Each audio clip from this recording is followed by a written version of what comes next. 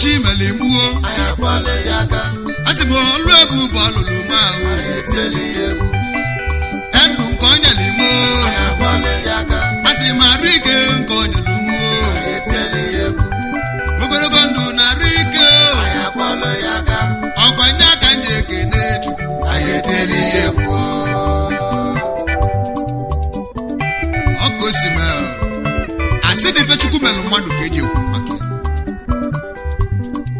olu ebube chukwu nu ka ọ lụrụ n'ebe nọ ya ka eji etinye egwu sikomo wasolo ka anyị kpalie egwu Olisa egwu aya sawa sawa sawa sawa sawa egwu beze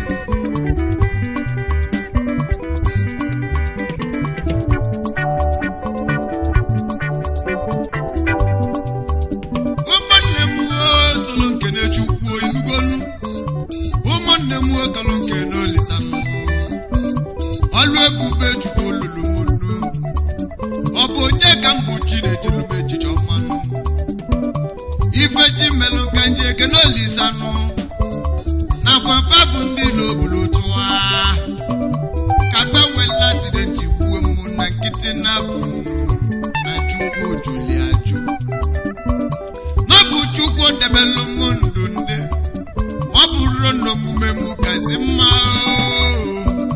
n'ọbụrụ bụ kasị menụwa nụ mana chukwu kelu ụwa fụrụ n'anya nụ Lemaji Jomano Amaro Mamona Chimu Dinizu Manem Ayamo Oyenya Nachie Dinizu Manem Nenuwa Dezi Iva Memeni Anuwa Olisa Namara Mama Denu Tata Oyemo Kanjese Nukambu Tao Awanya Kemelu Mfevo Zo Manem Maka Chukwu Dem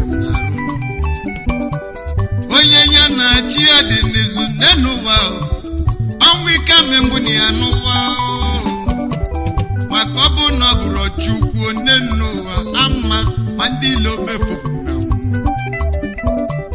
oji Chukwu na oji ife n'Olisa dalụ mba na ọnọlụ ọma ngesi onye ekene yi Chukwu na ngekwu n'one ya lonne Olisa dalụ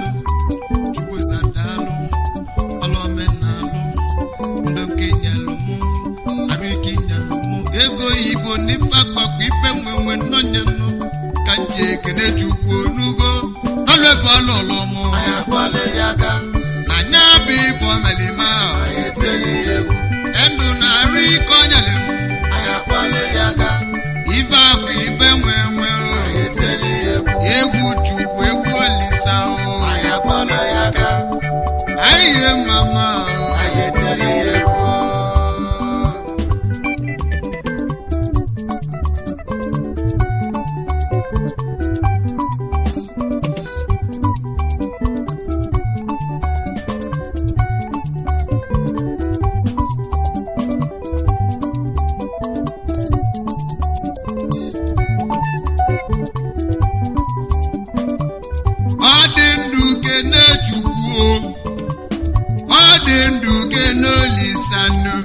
maka onye nwụrụ anwụ nwanne gwulugwu Ndubisi na Ndubisi abụmụnne onye nwụrụ anwụ n'ụwa nọ nata ego nụ onye bụ na biko kene Chukwu nụ onye lalụsị ụlọ n'enu ụwa wee tete kene Olisa nụ maka na ọ bụrụ ya kasị nne nwụrụ anwụ ndị ka mụma nwụrụ anwụ nụ ụfọdụ njeli ije njelu ofe mesịrị tọnụ mana nye nụsị lọgwụ memelie nwa melile ọnwụnwa nwa melile ọnwụnwa Olisa debe n'ọgwa Chukwu aka ndị ekene Chukwu Olisa kele ụwa dalụ maka na marọ m ife nga kọlụshiwu ma mụ bụ nwa lụọ n'obi ishiwu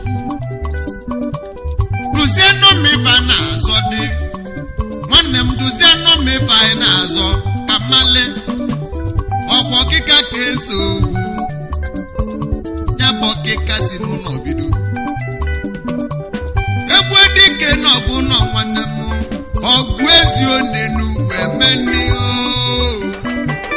ayo no egwu na mụ ele na mụ maka ilo dị nụ na-erika inezi anya n'ife melu nwoke kpata n'ego oyibonu n'ebe o jeli ije ego nwanne m inelu anya n'osi na benni ya wee bịa ike si n'ụlọ bamba Chukwu Olisa eke nọnụ aga m eji iji aga m eji ede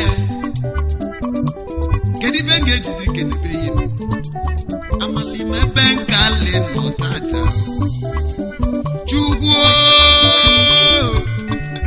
Olisa daalụ olu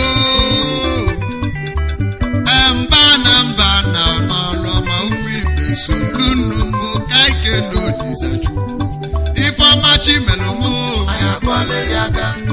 ọlụ egwu bụ ọ na-alụ mana enu Chukwu nyere imo ego oyibo na nwa o ibe akụ ibe nwe nwe o anyị jebe ejebe anyị naba anaba anyị jebe ejebe anyị ejebe nwanna ọ kwesịrị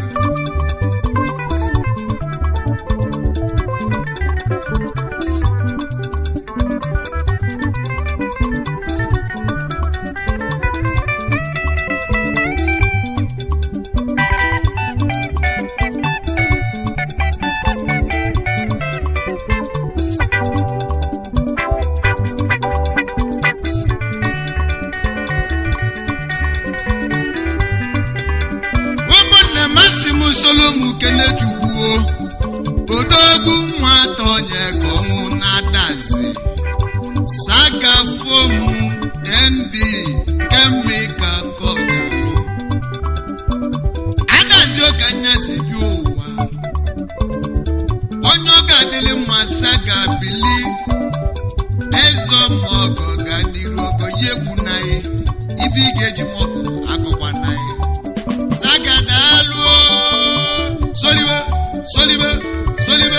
solibe ọkụ si na anyị jegwa ekene achọghị eko MD Saga Foam and Chemical Industry Nigeria Limited ife onye na logo ji welio ịnachi gosi foam iji ala lụla akwa ọba Saga Foam nwere enwenu chemical line na loba n'ife ji malụ Saga kalịla kalị ganiru nwanne m na Chineli atọnye gọnwụ Ugo Chineli yo madama na ya ọkụzima aka ga-awụle inu ezi oyi aka ga-awụ ka njezenu na sụkanụ ka njeke n'ezi ezi oyi monyoma Okechukwu Osayibili Apungwelu Tanga na Nsụka Onyoma ọkpọte kenezesi m kene maka na mmadụ oge ji aka n'ọsai abụ mmadụ alụ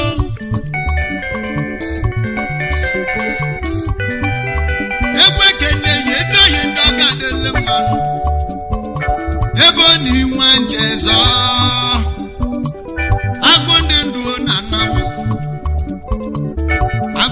Shaman odogwu ya bụ shaman ọhaneze ndị Igbo na Salzburg Nostra Kode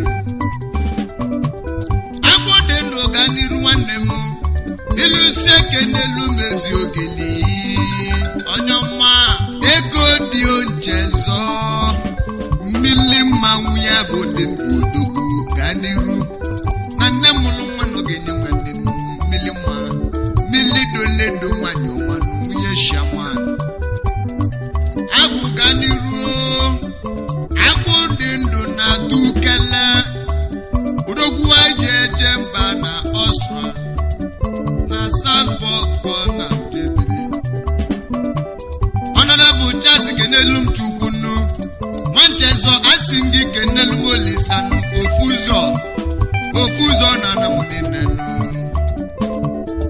Chimeleze na nwa nwanne agode ga n'iruo n'Ugo Chinyele na mmadụ na ya Ugo aje jegwa nekene Charles Nchezo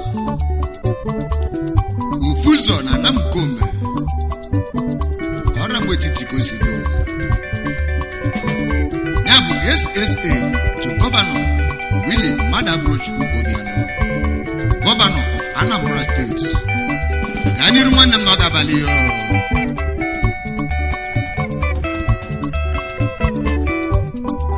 Ka njezie n'ụmụnze ka mmalezi oyi m Ogbuefi echi jiri aka mmanụ. Ogbuefi melọba. Ezi oyi onye weli fenu. Na Jakarta ka ọ na luje bilinu echi jiri aka mmanụ. Cheji na-adaka n'ụbọchị dum. Anyị ji egwu na-ekene Ogbuefi echi jiri aka mmanụ. Delichukwu CEO echi Chukwumdike Investment na Jakarta, Indonesia. Ogbuefi echi jiri aka mmanụ ka eji mmali ya nụ. Iluzie n'ụmụnze niile nụ anachi ya chọnụ. Iduzie n'ika batarọ. Echi ga-agama. Ogbuefi echi jere akama. Echi ga-agama. Ụmụnze kosi bịa o. Echi ga-agama. Ọsị wele egwu kene nne ya ukwu. Echi ga-agama. Mr. Mrs. Echi ga-agama. Benjamin Nwafọ. Echi ga-agama. Ogbuefi apụ na-esi obi ike n'ụmụnze. Echi ọ ga-agama o. Echi ga-agama. Anya si n'ukene. Echi ga-agama. Echi ga-agama. O wesi m kenekwali ya. Mr. Tochukwu Nwalo. Alhaji CEO Ala S Grand Group na Cameroon. Executive Chairman Orumba North and South na Douala. Na Cameroon ko na luje bilinu woko sisi ni sulonu mmekene yodogu. Ajofia na nobi odogu Ifanyo nwanugu. Ajofia na nobi ganiru obele nwa Ogbuefi echi jere aka mmasị nkene yodogu. Oyi no yidiba na mma o. No beneta ya lo. Ani ukwu asọpụ sọ ezi oyi mụ. Kasi o wela uwo debenu. Ani ugwu. Ajofia dalo. Adelo zolokwa. Enna logo di dalo. Odogwu ike na Thailand bilinu. Mana Lagos yokona juakia. Ishi akulu no na modogwu ganiru. Obele nwaji gozila gozi. Sumo moto na nam. Obele moto nwanne m ọka ga-adị. Mmụdọra famụlia n'afọ na nna m Gombe. Papa Shiano mba ga-adị. Kenelu mezogeli. Onye bụ chi na luo eze nwanyị. Ganiruo na chi golili ya gozinu. Nasimo n'ife janụ nwanyị maka nwa. Tony Fonora solo bokene chukwu. Nwata kwachaka na nna m na mmụ enwele mụ. N'onye kosi bịa n'usoro nke n'olisanụ. N'ọlụ ọma chi lụrụ nwanne. Engekwa n'enu onwe ya lụnne nwata kwacha. Odogwu ebigo bili. Jesi mụ kene n'ezi nwanne ya. Enna budo nwe gwa n'ugwu ọnụọrụ. Enna budo ekene me. Nasi onye nwele mmadụ akaba onye nwele ego nna budo. Odogwu na Thailand ga n'iru. Olisa nwanne ihe onekene. Ani ukwu agwa alọ nọkwazi ya. Exempt nwanwelife. Odogwu na Bangladesh. Kona chuaki ya nwanwelife. Nwanwelego oyibo ga n'iru. Onye ọfọ n'ọrọ si m kenekwali ya. Ezinne ya ukwu igwe